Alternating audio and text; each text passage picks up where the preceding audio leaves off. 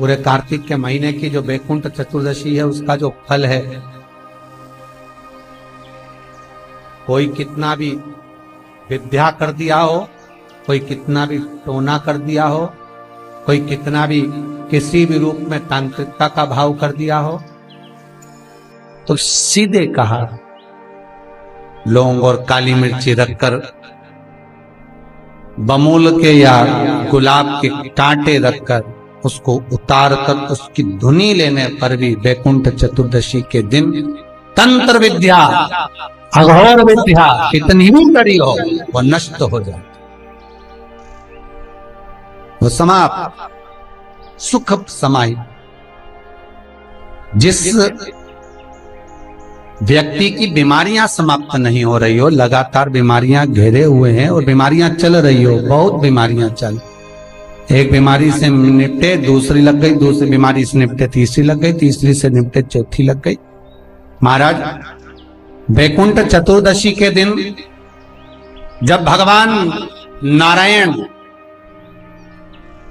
मणिकर्णिका के घाट पर पहुंचते हैं, तंत्र विद्या, देव विद्या, अघोर विद्या, रतन विद्या, सारी विद्याओं का स्मरण बैकुंठ चतुर्दशी के दिन अच्छी अच्छी विद्या सब नारायण और शिव का स्मरण करती है। हमारे भगवान विष्णु और भगवान शंकर का स्मरण, अच्छी अच्छी विद्या। तो शास्त्र कहता है जिसको बहुत रोग हो, एक रोग मिटा दूसरा चालू, दूसरा रोग मिटा तीसरा चालू, तीसरा रोग मिटा चौथा चालू, चौथा रोग मिटा पांचवा चालू, बहुत रोग से ग्रस्त है, कुछ ना करिए, एक काम करिए, 7 काली मिर्ची लो, 5 लौंग लो और 5 बमूल के कांटे, बमूल के वृक्ष के जो कांटे होते हैं, अगर बमूल के वृक्ष के कांटे ना मिले तो गुलाब के कांटे ले लो। कांटे लेकर उसको एक लाल पोटली में, एक लाल कपड़े में, छोटे से टुकड़े में उसको बांधकर, जो व्यक्ति बीमार है उसके ऊपर से हरि और हर का, भगवान शंकर का मूल मंत्र का स्मरण कर। अगर कोई मंत्र ना हो तो श्री शिवाय नमस्तुभ्यम और ओम नमो भगवते वासुदेवाय इसका स्मरण कर आप 21 बार उतार कर उसी व्यक्ति के सामने बाहर, घर के बाहर उस पोटली को जला दीजिए। उसकी धुआं उस जीव को लगने जो निरंतर बीमार पड़ रहा है, निरंतर बीमारियां धीरे धीरे छूटने लगेगी। 14 दीप, क्योंकि बैकुंठ चतुर्दशी के दिन, हरिहर मिलन के दिन सुबह और शाम को जो दीप दान करा उसका प्रमाण भले ना है, परंतु रात्रि को जो दीप दान का प्रमाण है वह जीवन का सुख देगा।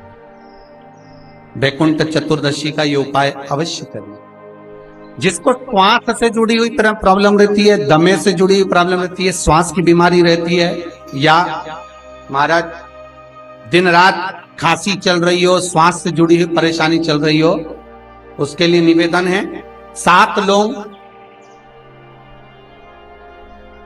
पीपल के पत्ते पर रख लीजिए और घर के बाहर 5 दिए घी के लगा दीजिए।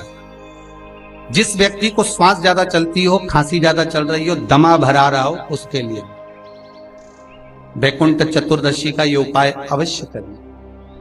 5 लौंग या 7 लौंग या 11 लौंग या 21 लौंग, जितनी आप निरंतर एक लौंग कर कर खाना है, जितने दिन आप खा सकते, पीपल के पत्ते पर रख दें। और बैकुंठ चतुर्दशी का जो मूल मंत्र है उस मंत्र को आप लिख लीजिए, उस मंत्र का स्मरण करिएगा। ओम हीम, हा उस पे ई की मात्रा, अम की बिंदी, हीम। ओम हरिणाक्षाय, हरिणाक्षाय नमः शिवाय। एक बार सब हमारे साथ में बोलें, ओम हीम ओम हरिणाक्षाय नमः शिवाय। बस इस मूल मंत्र जो स्कंद पुराण में बैकुंठ चतुर्दशी का मूल मंत्र कहा गया है, इस मंत्र का 21 बार स्मरण कर कर लौंग को उठा लें और उस लौंग को वापिस लेकर आ जाएं। एक एक लौंग कर कर सुबह या शाम में कभी भी खाना प्रारंभ कर दे। धीरे धीरे दमे की बीमारी में, खांसी में, श्वास में आराम मिलना प्रारंभ हो जाता है। पर इस मंत्र को वैकुंठ चतुर्दशी के दिन रात्रि को जब आप 11 बजे से लेकर 12:30 के बीच में जब पीपल के पत्ते के ऊपर जब आप लौंग रखें, पीपल के पत्ते के ऊपर जब आप लौंग रखें, उस समय पर इस मंत्र का 21 बार स्मरण होना जरूरी है। महाराज इस मंत्र को जप, और यह मंत्र कोई साधारण नहीं है। फिर निवेदन करेंगे, ये मंत्र जीवन का सुख देने वाला है। जो मंत्र आपको वैकुंठ चतुर्दशी के दिन स्मरण करना है, उस मंत्र को एक बार फिर हमारे साथ में बोले। ओम ह्रीं ओम हरिणाक्षाय नमः शिवाय। ओम ह्रीं ओम हरिणाक्षाय नमः शिवाय। इस मंत्र का स्मरण जीवन का सुख देगा।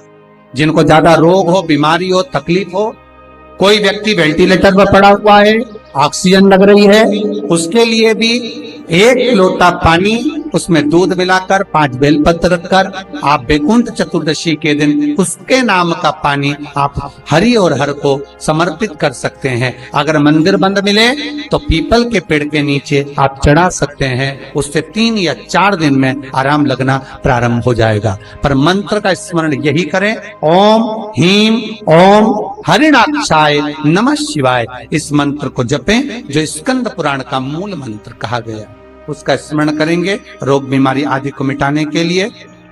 मैं उनके लिए भी कहूंगा जिनकी नौकरी नहीं लग रही, सर्विस नहीं लग रही, बहुत तकलीफ में, बहुत कष्ट और खूब हाथ पैर पटक रही है, कहीं नौकरी लगी नहीं रही है, लॉकडाउन हुआ जब से तो घर में ही बैठे हो, महाराज उनके लिए भी है। महाराज एक कमलगट्टा हाथ में रखिए, किसी जलाशय के पास में, अगर जलाशय दूर हो, नदी, तालाब, बावड़ी, कुआं ये सब दूर हो, तो घर में ही एक तांबे के कलश में पानी भर लीजिए और कलश के पास में एक कमलगट्टा जो हाथ में रखा है उसको जल पात्र के पास में रखकर 7 दिए घी के लगाएं, 1 दिया चौमुखी सरसों के तेल का लगाएं।